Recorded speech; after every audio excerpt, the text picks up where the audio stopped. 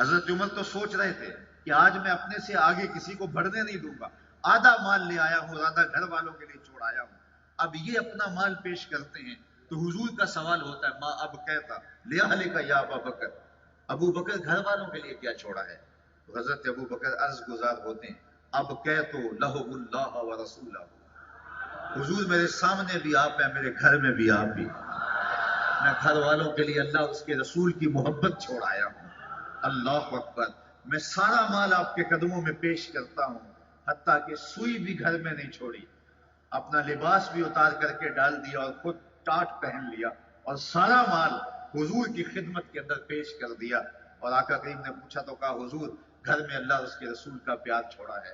اللہ اس کے رسول کی محبت چھوڑی ہے، میرے سامنے بھی آپ ہیں، میرے گھر میں بھی آپ ہیں، وہ اپنے نام لیواؤں کو تنہا چھوڑتے کم ہیں، جہاں ہمدم نہ ہو کوئی وہاں سرکار ہوتے۔ حضرت ابوبکر صدیق نے ہمیں یہ بھی بتایا کہ جن کے گھروں میں حضور کے پیار کی خوشبو ہوتی ہے وہ گھر خالی نہیں ہوتے، وہاں حضور علیہ الصلوۃ والسلام کی جلوہ سامانیاں ہوتی ہیں، وہاں حضور کے پیار کی مہک کسی کمی کا احساس نہیں ہونے دیتی۔ جب وہ گھر میں موجود ہیں، جب ان کی مہک گھر میں موجود ہے، جب ان کے پیار کی خوشبو پھیلی ہے تو ہمارا گھر خالی کیسے ہو سکتا ہے؟ شکا رجل الی رسول اللہ دیک المعیشۃ والفقر، ایک شخص حضور کی خدمت میں حاضر ہوا اور عرض کی حضور تنگ دست بڑا ہوں، غربت نے کمر توڑ دی ہے، کثیر العیال ہوں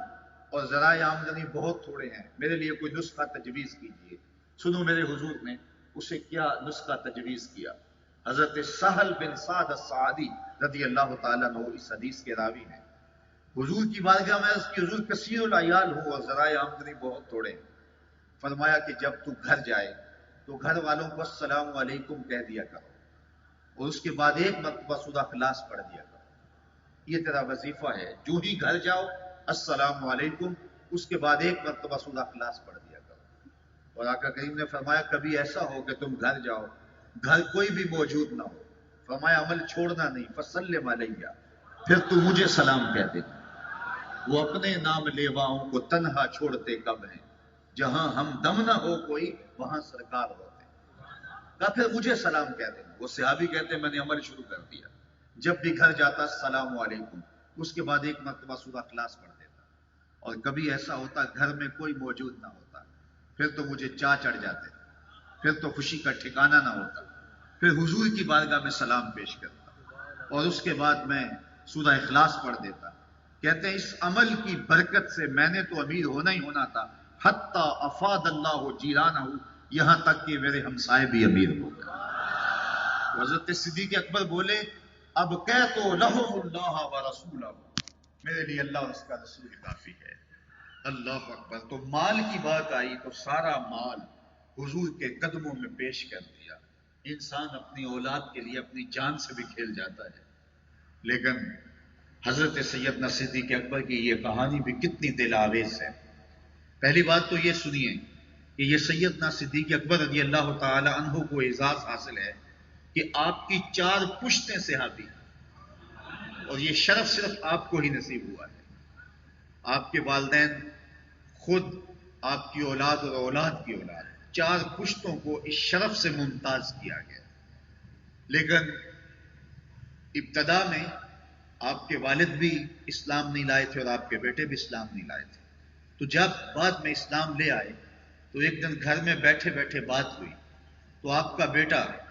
عبد الرحمن بن ابی بکر آپ سے عرض کرنے لگا کہ ابا جان، بدر کی جنگ میں آپ میری تلوار کی زد میں آ گئے تھے اور اگر میں چاہتا تو آپ کا سر قلم کر سکتا تھا، لیکن میں نے سوچا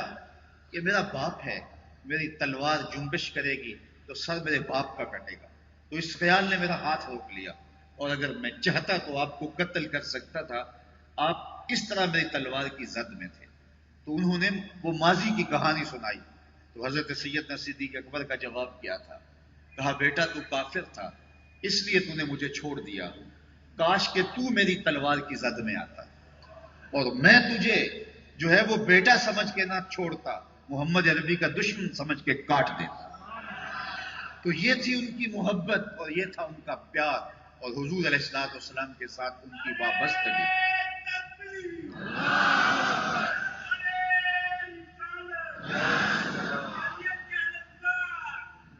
تو مال قربان کیا، جان حضور کی راہوں میں نچھاور کرنے کے لیے ایک ایک لمحہ تیار رہے، اور اپنی جان کی پرواہ نہیں کی، اپنی اولاد حضور کے قدموں میں قربان کرنے کے لیے جذبوں کا ایک جہاں آباد تھا سینے میں، اور اپنے وطن کی قربانی پیش کی، اور پھر آقا کریم علیہ السلام کے لیے اپنا سب کچھ نچھاور کر دیا۔ کہتے ہیں حضور کا سایہ نہیں تھا، لیکن صدیق اکبر سائے کی طرح حضور کے ساتھ رہے، ایک ایک لمحہ حضور کے ساتھ رہے،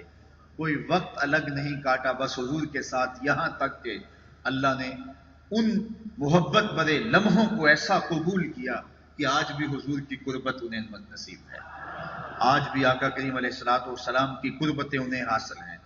ایک پہلو میں حضرت ابو بکر صدیق رضی اللہ تعالی عنہ اور حضرت عمر رضی اللہ تعالی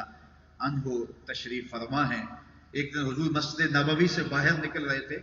دائیں ہاتھ میں ابو بکر کا ہاتھ تھا اور بائیں میں حضرت عمر کا ہاتھ تھا، اور ایسے باہر تشریف لا رہے تھے، آگے سے کچھ لوگ آئے تو ان کو دیکھ کے کہا ہا کازا نبعث یوم القیامہ، ہم قیامت کے دن قبروں سے یوں ہی اٹھائے جائیں گے۔ اللہ اکبر، ایک ہاتھ میں ابو بکر کا ہاتھ ہوگا، ایک ہاتھ میں عمر کا ہاتھ ہوگا۔ تو حضرت سیدنا صدیق اکبر نے ساری زندگی آقا کریم علیہ الصلوۃ والسلام کے ساتھ قربت کا وہ رشتہ رکھا، معیت کا وہ رشتہ رکھا کہ جو انتقال اور وصال کے بعد بھی نہیں ٹوٹا۔ حضور کے وصال کے بعد حضرت سیدنا صدیق اکبر رضی اللہ تعالی عنہ کی زندگی بہت زیادہ کٹھن ہو گئی تھی، اور حضور کی جدائی کا صدمہ انہیں توڑتا تھا اور ان کا کلیجہ پگھلاتا تھا، جن کے بغیر ایک لمحہ بھی نہ گزرتا ہو، ان کے بغیر زندگی کاٹنا کتنا مشکل ہوتی ہے۔ آپ جانتے ہیں حضور کے وصال کے بعد حضرت بلال شہر مدینہ چھوڑ کے چلے گئے، کہتے تھے ان گلیوں میں اب حضور دکھائی نہیں دیتے۔ اللہ اکبر، وہ داریہ میں جا کے سکونت پذیر ہو گئے تھے، شام کے ایک قصبے میں۔ اسی طرح صحابہ کی عجیب حالت تھی حضور کے وصال کے بعد، اور عجیب عالم تھا ان کے درد کا، اور عجیب کیفیت تھی، بلکہ وہ اونٹنی جس پر حضور سوار ہوا کرتے تھے وہ حضرت فاطمہ کے دروازے پر سر رکھ کے رویا کرتی تھی، اور حضرت سیدہ فاطمہ کہا کرتی تھی صبت علیہ مصائب لو انہا صبت علی الایام سرنا لیالیا، میرے اوپر وہ پہاڑ ٹوٹ پڑے ہیں دکھوں کے، اگر وہ دنوں پہ پڑ جاتے تو دن کالی راتیں بن جاتے۔ اللہ اکبر، سیدنا صدیق اکبر کے قلب کا عالم کیا ہوگا، لیکن خلافت کی جو ذمہ داریاں تھیں ان کو نبھایا، اور مانعین زکوٰۃ کے خلاف پوری قوت کے ساتھ کھڑے ہوئے، اور آپ نے یہ اعلان کیا کہ اگر وہ حضور کے زمانے میں ایک رسی بھی دیا کرتے تھے میں چین سے نہیں بیٹھوں گا جب تک وہ رسی بھی وصول نہیں کر لیتا۔ اور پھر جب ختم نبوت کی بات آئی اور حضرت سیدنا صدیق اکبر جس جلال کے ساتھ اٹھے، اور مسیلمہ کذاب کا جس طرح انہوں نے جو ہے وہ ناطقہ بند کیا اور اس کی سرکوبی کی، یہ تاریخ کا انوکھا اور البیلا باب ہے۔ حضرت سیدنا صدیق اکبر کا جب آخری وقت آنے لگا تو حضرت سیدنا علی المرتضیٰ سے فرمایا اے علی، جب میں مر جاؤں تو جن ہاتھوں سے حضور کو غسل دیا تھا انہی ہاتھوں سے مجھے غسل دینا، اور یہ وصیت بھی کی حضرت سیدنا صدیق اکبر نے کہ مجھے پرانے کپڑوں میں کفن دینا، نئے کپڑوں کا حقدار مرنے والے کی نسبت زیادہ زندہ رہنے والا ہے، اور پھر مجھے غسل دے کے، مجھے پرانے لباس میں کفن دے کے میری لاش کو اٹھانا، جنازہ پڑھ کے حضور کے قدموں میں لے جانا، اور عرض کرنا یا رسول اللہ ھذا ابو بکر یستاذنک کا، یہ ابو بکر ہیں جو آپ سے آپ کی قربت میں دفن ہونے کا اذن طلب کر رہے ہیں۔ اللہ اکبر، ایسا ہی ہوا۔ حضرت صدیق اکبر رضی اللہ تعالیٰ عنہ کا انتقال ہوا، فجاء علی مسترجعا، حضرت علی روتے ہوئے آئے، انا للہ و انا الیہ راجعون کے کلمات ان کی زبان پر تھے، اور خود غسل دیا، پھر جنازہ ہوا، اور پھر عاشق کا جنازہ مدینے کی گلیوں سے جو ہے وہ گھوم کر نکلا اور محبوب کے کوچے میں جا پہنچا، اور حضور کے روضہ انور کے سامنے آپ کا جسد اطہر رکھ دیا گیا، اور صحابہ نے حضرت انس کہتے ہیں عرض کی یا رسول اللہ یہ ابو بکر ہیں اور آپ کی قربت میں دفن ہونے کی اجازت مانگتے ہیں، اور یہ کہہ کے درود پڑھنے لگے۔ گنبد خضرا اس وقت تو تعمیر نہیں ہوا تھا، حجرہ عائشہ تھا اور اس کو باقاعدہ تالا لگا ہوا کرتا تھا، جس کی چابی حضرت سید عائشہ سلام اللہ علیہا کے پاس ہوا کرتی تھی، تو تالا خود بخود کھلا اور کنڈی کھلی اور اندر سے آواز آئی اوصل الحبیب الی الحبیب، لِأَنَّ الْحَبِيبَ إِلَى الْحَبِيبِ مُشْتَاقٌ، یار کو یار سے ملا دو، یار تو پہلے ہی یار کا انتظار کر رہا ہے۔ جے شک ہووی تے چل مدینے، جے شک ہووی تے چل مدینے، آ ویکھ لے جوڑ مزاراں دا، بن یار نبی دیاں یاراں دا۔ وآخر دعوانا ان الحمدللہ۔